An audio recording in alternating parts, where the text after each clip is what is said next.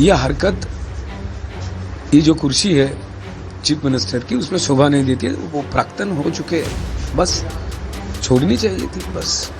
ममता बनर्जी का त्यागपत्र नहीं देना उनका कितना बड़ा अपमान हुआ, उसका समझने का बोध शक्ति उनको नहीं है। माननीय राज्यपाल उनको कमेटी जो है इसको डिसमिस कर दिया है।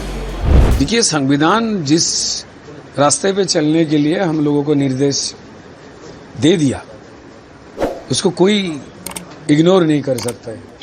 चाहे आप हो, मैं हूं, या मुख्यमंत्री हो, या कोई भी विधायक मुख्यमंत्री, कोई भी सरकारी या बेसरकारी जो भी है, संविधान में लिखित जो चीज़ है उसको कोई इनकार नहीं कर सकते। दुखदायक है, जैसे ये SIR ना होने देने की बात हो या कुर्सी ना छोड़ने की बात हो, ये दुखदायक है। मतलब यह हरकत, ये जो कुर्सी है चीफ मिनिस्टर की, उसमें शोभा नहीं देती है। वो प्राक्तन हो चुके हैं, बस छोड़नी चाहिए थी बस।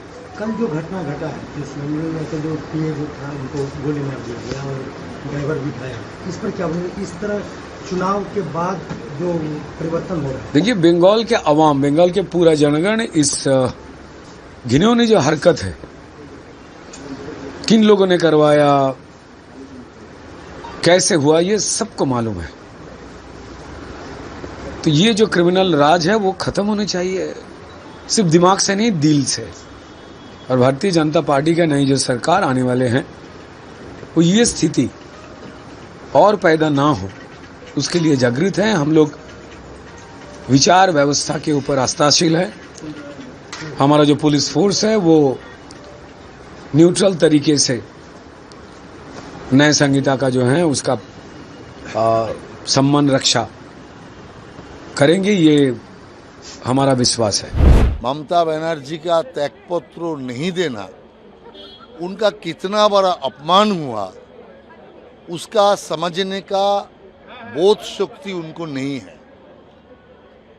चरम अपमानित हुआ, जो हम छोड़ेंगे नहीं। अरे तुम नहीं छोड़ेंगे तो पूरा जनता का राय अटक जाएगा, जनतंत्र तो स्तब्ध हो जाएगा, संविधान बंद हो जाएगा।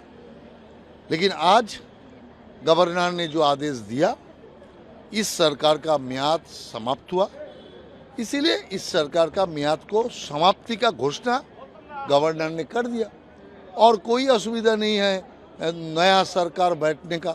लेकिन तो जिस तरीके से दादा अब अखिलेश यादव भी आ जाए, बोले बहुत अन्याय हुआ है, सबको मिल जाना चाहिए, एकजुट हो जाना चाहिए। देखिए, सारे हारे हुए पार्टी अपना दुख बांटने के लिए इकट्ठा हो रहा है। क्या होगा? इंडी जोड़ बनाया था, कितना सब आस्फालन किए थे, क्या हुआ? नतीजा तो वही है।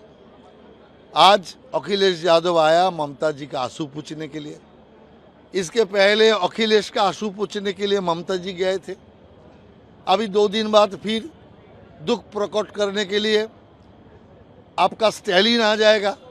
तो सारे हारे हुए मोर्चा इकट्ठा होके वो लोग आगे के लिए सपना देख रहा है। सपना सपना ही होता है, हकीकत नहीं बनता।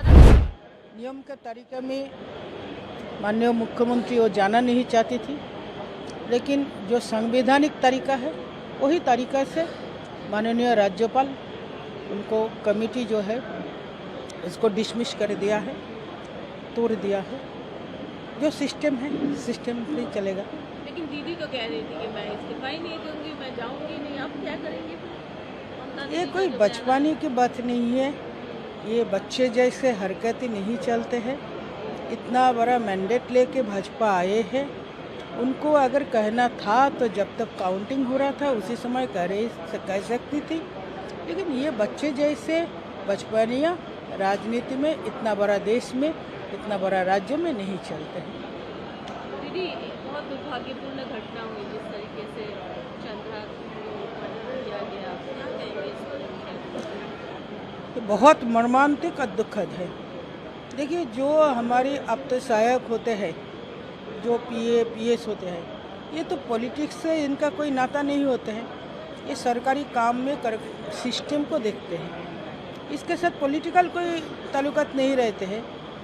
इस तरह से ऐसा इनका हत्या अत्यंत अमानविक है। और पश्चिम बंगाल का स्थिति क्या है, किस परिस्थिति में भाजपा को जिम्मेदारी लेना पड़ रही, इसको सुधारने में कितना समय लग सकते हैं, ये अनुमान चल गया है कल। Subscribe to One India and never miss an update. Download the One India app now.